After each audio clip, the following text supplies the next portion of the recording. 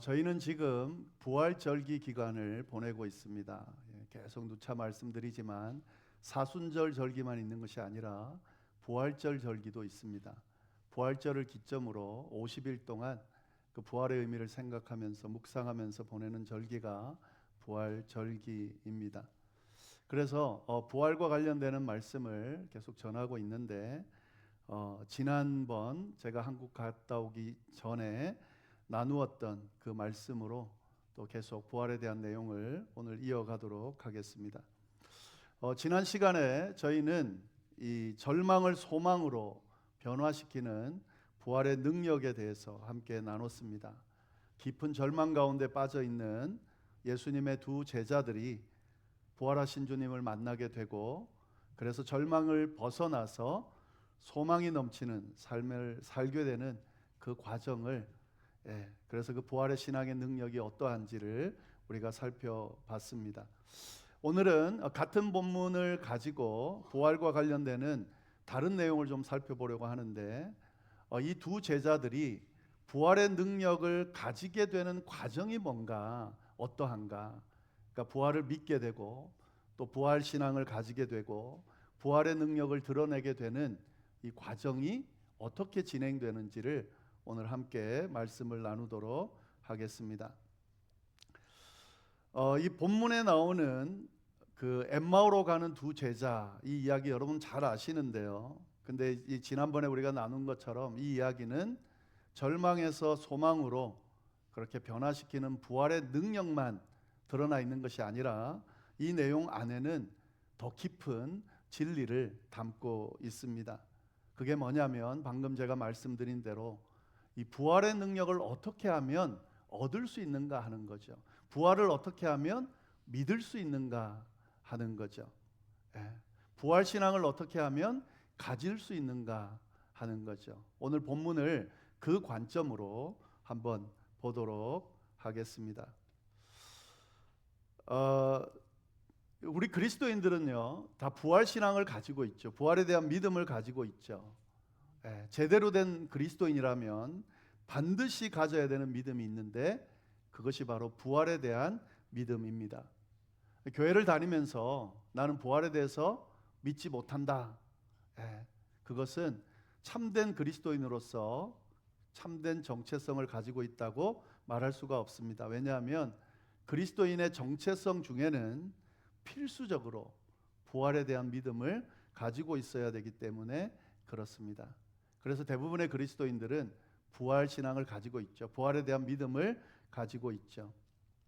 근데 여기서 우리가 한 가지 의문이 생길 수 있는데요. 이 부활이라는 것은 사실 뭐 다 아시는 것처럼 믿기가 쉬운 그런 부분은 아닙니다. 왜냐하면 초자연적인 사건이거든요. 우리가 살고 있는 이 일반 세상에서는 가능하지 않은, 어떻게 죽은 사람이 다시 살아날 수 있습니까? 사실 가능하지가 않죠. 죽은 사람이 살아났다는 것은 초자연적인 어떤 기적이 일어난 것과 같은 겁니다. 그러니까 믿기가 사실 쉽지 않은 주제예요. 그런데 제가 말씀드렸잖아요. 그리스도인들은 모두 이 부활 신앙을 가지고 있어야 된다라고 말씀드렸습니다. 다시 말해서 그리스도인들은 부활을 믿는다는 거예요. 이게 좀 아이러니하잖아요. 부활은 초자연적인 사건이기 때문에 인간이 믿기가 참 힘든 주제인데, 그리스도인들은 다 이 사실을 믿고 있다는 거죠.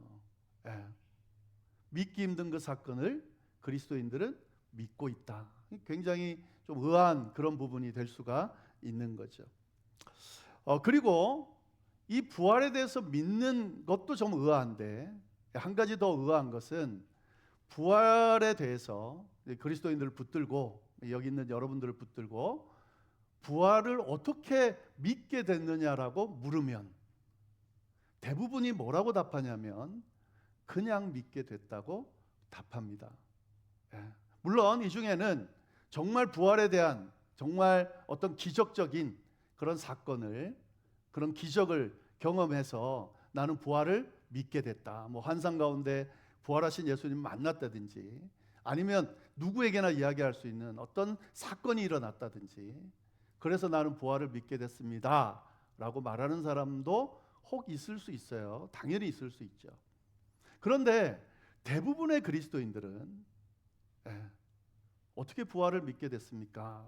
그 부활을 믿게 된 과정을 좀 설명해 주십시오라고 하면 대부분 그냥 믿게 됐습니다. 그렇게 이야기를 하게 될 거다 하는 거죠. 그렇게 말씀하시는 분을 제가 보기도 했습니다. 나는 그냥 부활을 믿게 됐다고 그렇게 이야기하는 것을 봤습니다. 사실은 저도 그렇습니다. 저도 이 부활에 대해서 막 설교하고 말씀 전하면서 부활에 대한 증거들 또 부활에 대한 내용들 그래서 믿을 수밖에 없다는 그런 내용들로 막 가지고 설명을 하지만 사실은 제가 부활을 믿게 되는 과정은 아주 단순합니다. 그냥 교회를 다녔고 쭉 다니다 보니 그냥 믿게 됐습니다. 지금도 그냥 믿고 있습니다. 무슨 뭐 부활에 대한 증거가 있어서 부활에 대한 어떤 체험이 있어서 그런 것이 아니라요. 그냥 자연스럽게 믿게 됐다 하는 거죠. 아마 이 부분에 대해서는 공감하는 분들이 많을 거라 생각이 듭니다.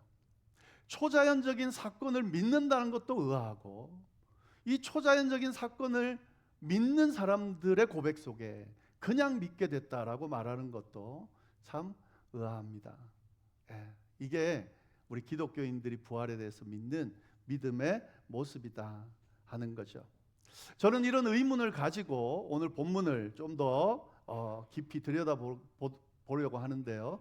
그냥 믿게 되는 이 부활을 믿는 이 과정이 어떤 의미인지를 오늘 함께 나누려고 합니다. 그냥 믿게 됐다라고 말할 수밖에 없는 이유가 있다는 거죠.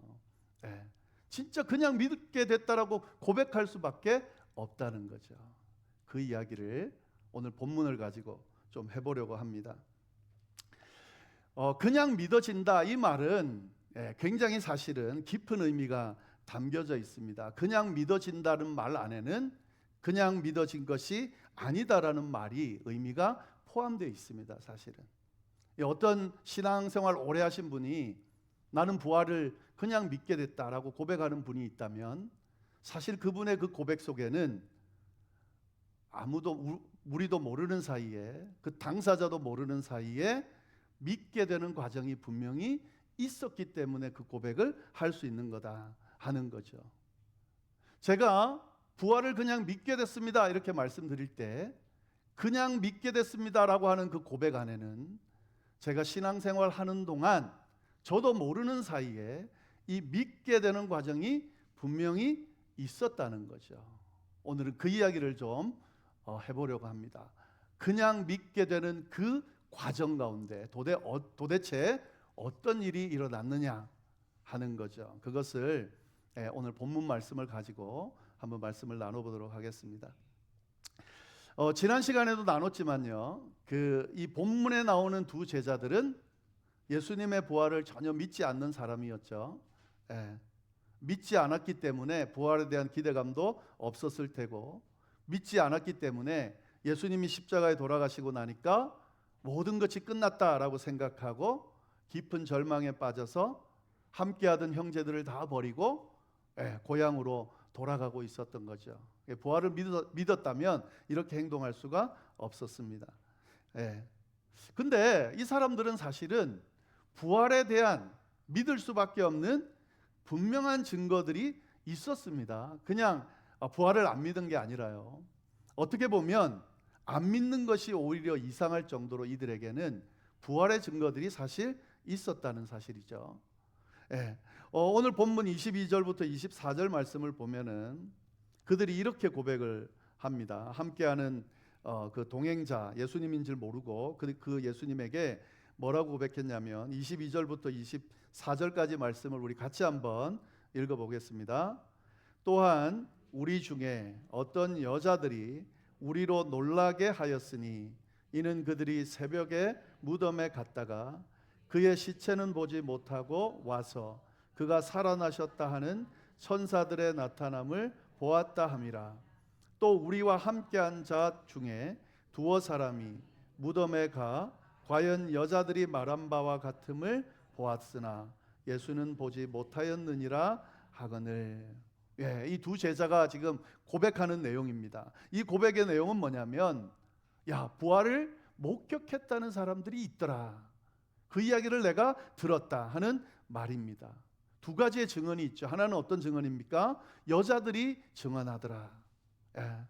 여자들이 예수님의 무덤을 갔더니 무덤이 비어 있다는 것을 보게 되고, 그리고 천사들을 만났다 하는 거죠. 그리고 천사들이 뭐라고 그랬습니까? 여기 계시지 않는다, 부활했다라고 고백하는 그 증언을 이 두 제자들이 들었다는 거죠. 부활을 목격한 사람들의 증언을 들었습니다. 이 정도 되면 사실 믿지는 않지만 관심 가질 법하죠. 그런데 이 사람들은 이 증언을 듣고도 믿지 않았다는 거죠. 근데 이렇게 끝나는 게 아니라 이 여인들의 증언을 들은 사람들, 그 제자들 중에 함께하던 두어 사람이 직접 가서 그 무덤을 봤더니 어떻게 됐습니까? 그 무덤이 비어 있는 것을 봤다는 거죠.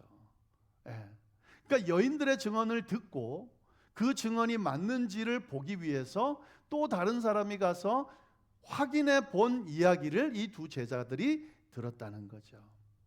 이 정도 되면 정말 그런지 예수님께서 부활하신다고 하셨으니까 관심을 좀 가질 법합니다. 그리고 좀 더 나가서는 이 정도 되면 예수님이 진짜 부활하신 것 아닐까라고 생각할 법하다는 거죠. 부활의 증거들이 이들에게 분명히 있었습니다.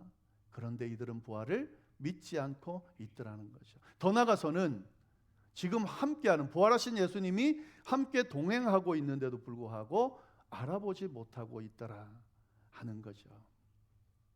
우리는 이 내용을 통해서 중요한 사실 하나를 발견하게 됩니다. 그게 뭐냐면, 부활이라고 하는 것은 증거가 많다고 해서, 증거가 분명하다고 해서 믿어지는 것은 아니라는 사실이에요.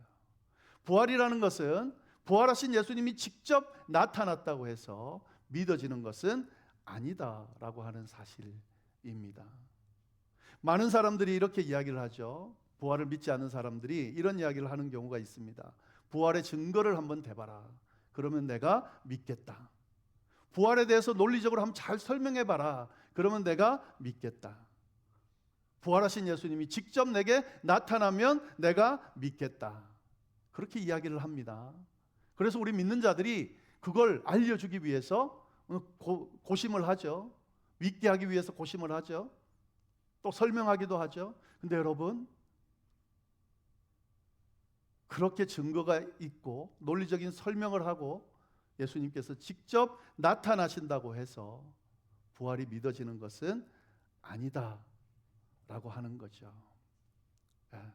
그렇게 해서 믿어지는 것이 아닙니다. 왜냐하면 오늘 성경이 분명하게 이야기하고 있죠. 24절 말씀을 보시면은요, 16절 말씀입니다. 16절 말씀을 보면 예수님이 동행하시지만 그들의 눈이 가려져서 그인 줄 알아보지 못했다 하는 거죠. 증거가 있느냐 없느냐, 이것 중요하죠, 분명히. 그리고 그 부활하신 주님을 경험하냐 만나냐 중요합니다. 그러나 눈이 가려져 있으면 절대로 믿을 수 없습니다.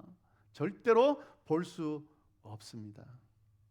이 두 제자들은 눈이 가려져 있기 때문에 수많은 증거들이 있었음에도 불구하고 예수님을 믿지 못했고, 부활하신 예수님이 친히 곁에 계셨음에도 불구하고 부활을 믿지 못했다 하는 사실입니다. 부활은 눈이 가려져 있는 상태에서는 절대로 믿을 수 없습니다. 그럼 거꾸로 말하면 어떻게 될까요? 부활을 믿는 방법은, 과정은 눈이 열려야 볼 수 있다는 거죠. 믿을 수 있다는 거죠. 주변에 예수 믿지 않는 분들, 교회 다니지 않는 분들, 특히 부활의 어떤 그 기적을, 또 신앙을 가지지 못한 분들을 위해서 여러분들이 아마 애쓰고 기도하는 분들이 있을 거예요. 근데 그때 기도할 때에 이 기도를 꼭 하셔야 돼요. 막 내가 무슨 부활에 대해서 가서 설명하고 막 믿으라고 하고 그래서 믿어지는 게 아니에요. 부활뿐만 아니라 모든 기독교 믿음이 다 그렇습니다. 뭐가 돼야 됩니까? 눈이 열려야 돼요. 가려진 눈이 열려야 된다고요. 그렇기 때문에 기도할 때 뭘 놓고 기도해야 될까요? 그들의 가려진 눈이 열려야 된다는 거죠. 그걸 놓고 기도할 수 있어야 됩니다.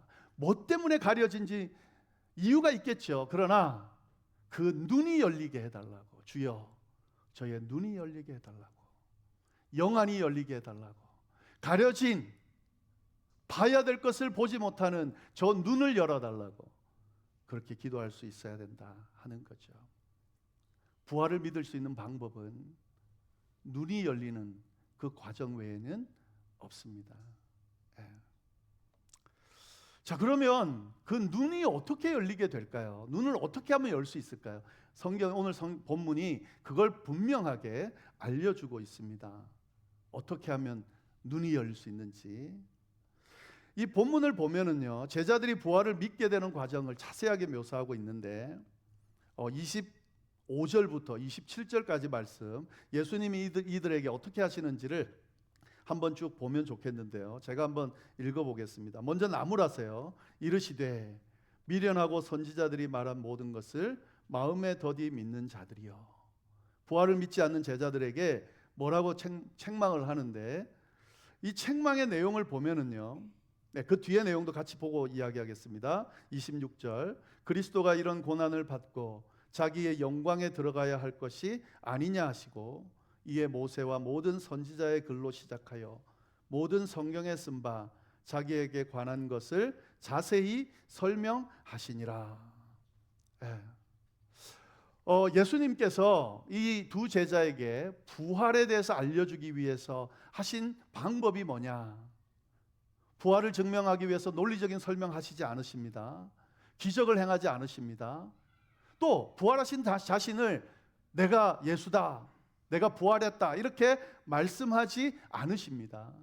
그리고 지금 뭐 하고 계세요? 성경 말씀, 구약 말씀을 설명하고 계시다는 거죠. 자세하게.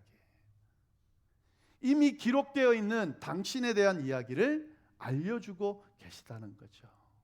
성경 안에 담겨 있는 메시아가 오실 것이라는 것을, 그가 고난받을 거라는 것을, 그가 죽을 거라는 것을, 그리고 그가 살아날 거라고 이미 기록되어 있는 성경 말씀을 예수님께서 부활을 믿게 하기 위해서 지금 설명하고 계신다 하는 거죠.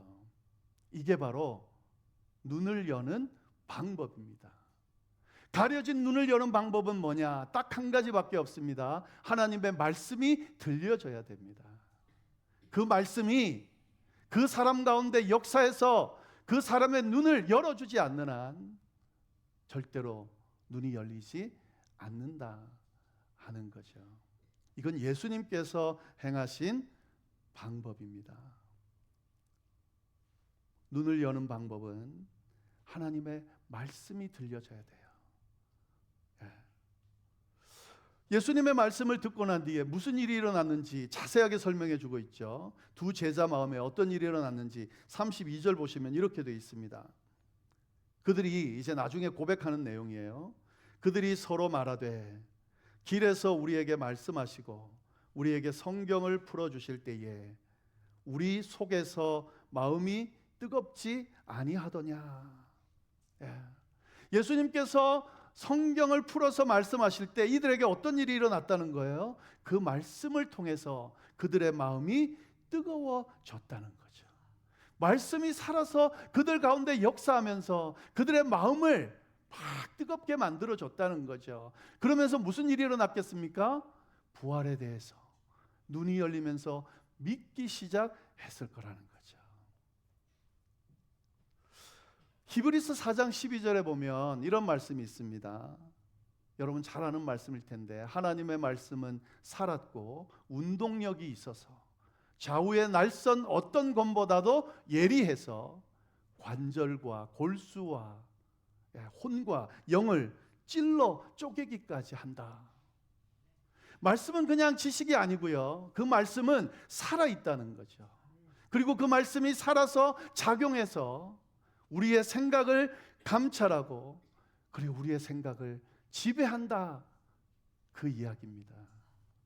예수님께서 성경 말씀을, 당신에 대한 이야기를 그들에게 풀어줄 때에 그 말씀이 그들 가운데 작용하면서 그들의 마음이 뜨거워지고 그들의 눈이 열리고 그 말씀 가운데 임하시는 하나님의 음성을 듣게 되면서 드디어 부활에 대해서 깨닫기 시작했다 하는 거죠. 예. 이들이 예수님과 대화하는 가운데, 말씀을 듣는 가운데 이런 마음의 뜨거움이 일어나서 예수님이 더 가시려고 하니까 어떻게 했습니까? 같이 좀 더 유하십시다 해가지고 같이 유하면서 거기서 예수님께서 떡을 떼시며 축복하시고 드디어 당신의 존재를 나누시면서 드러내 주셨습니다. 그때 그들의 눈이 밝아져서 예수님이라는 것을 눈치챘습니다. 그런데 예수님은 이제 사라졌죠. 하나님의 말씀이 들려지고 그 말씀이 삶 가운데, 마음 가운데 작용하고 그리고 예수님의 임재를 경험하는 그 순간에, 그 말씀 가운데 임하신 주님을 만나는 그 순간에 눈이 열리게 되고 부활하신 주님을 만나게 됐다. 이게 바로 오늘 말씀이 우리에게 이야기해 주는 진리의 말씀입니다. 부활을 어떻게 믿게 되느냐? 눈이 열려야 돼요. 눈은 어떻게 열릴 수 있느냐? 하나님의 말씀이 들려져야 돼요. 하나님의 말씀이 들려져서 내 가운데, 내 삶 가운데 작용하기 시작하면, 성령께서 그 말씀을 통해서 역사하기 시작하면 주님의 임재를 경험하게 되고, 주님의 임재를 경험하게 되면 주님께서 행하신 모든 일들을 믿게 됩니다. 그리고 부활하신 주님을 만나게 되고 믿게 된다 하는 거죠. 그냥 믿게 됐다, 그 안에는 이런 무수히 많은 하나님의 말씀을 듣고 새기고 또 그 말씀 안에 거하고 말씀이 역사하고 나도 모르는 사이에 끊임없이 반복되면서 부활에 대해서 내가 믿게 된 거죠. 내 주변에 있는 사람들에게 어떻게 부활을 증거할 수 있는가? 딱 한 가지밖에 없습니다. 하나님의 말씀을 들려주는 거죠. 부활하신 주님의 그 음성을 전해주는 거죠. 그들이 이 말씀을 듣고 그 말씀이 그 가운데 역사할 수 있도록만 하면 말씀이 역사함으로 그가 믿게, 부활을 믿게 될 것이다. 이것이 바로 오늘 성경이 이야기하는 말씀입니다. 한 가지만 더 이야기를 하겠습니다. 말씀이 들려지면 왜 눈이 열리고 부활을 믿게 될까? 그 말씀이 어떤 말씀이에요? 약속의 말씀이에요. 하나님께서 우리에게 하신 이 성경의 말씀은 약속의 말씀입니다. 옛날 약속, 새 약속. 어떤 약속요? 너를 구원할 거다. 너를 살릴 거다. 너를 지킬 거다. 너를 보호할 거다. 너 다시 살아날 거다. 영원히 살 거다. 이 선포된 말씀이 내게 이런 일이 일어날 수 있을까가 아니라 이미 선포된 그 말씀이 내게 반드시 일어난다. 그 말씀이 내 안에 탁 들어오는 순간 그 말씀이 그대로 역사하기 때문에 이런 기적적인 일들이 일어나게 되는 거죠. 하나님의 약속의 말씀이 내 삶 가운데 들어오면 그 말씀대로 이루어짐으로 말미암아 내 삶이 복되게 바꿔지는 것, 이것이 기독교 신앙의 원리입니다. 부활도 이렇게 믿어지게 되는 겁니다. 혹시 이 자리에 아직도 부활에 대해서 긴가민가한 분이 있다면, 뭐 논리적으로 이해되지 않아서 고민되어진다면 한 가지 방법을 제안드립니다. 성경 안에 나와 있는 이 내용 안으로 한번 들어가 보세요. 믿든지 믿어지지 않든지, 지루하든지 지루하지 않든지 상관없이 하나님의 말씀 앞에 계속 한번 나를 노출시켜 보세요. 그러면 그 말씀이 살아 역사함으로 진짜 진리가 여러분의 삶 가운데 역사하게 될 거고, 부활하신 주님께서 임재함으로 여러분의 눈을 뜨게 하실 겁니다. 그럼 믿게 될 겁니다. 이미 믿음을 가지고 있는 분들은 변함없는 주님의 진리의 말씀이 내 삶 가운데 자리 잡을 수 있도록 끝까지 그 믿음을 지켜가면 그 말씀이 여러분의 앞길을 환하게 복 가운데로 인도하실 겁니다. 우리 다 같이 이 말씀을 기억하면서 기도하도록 하겠습니다. 하나님 아버지, 참으로 감사합니다.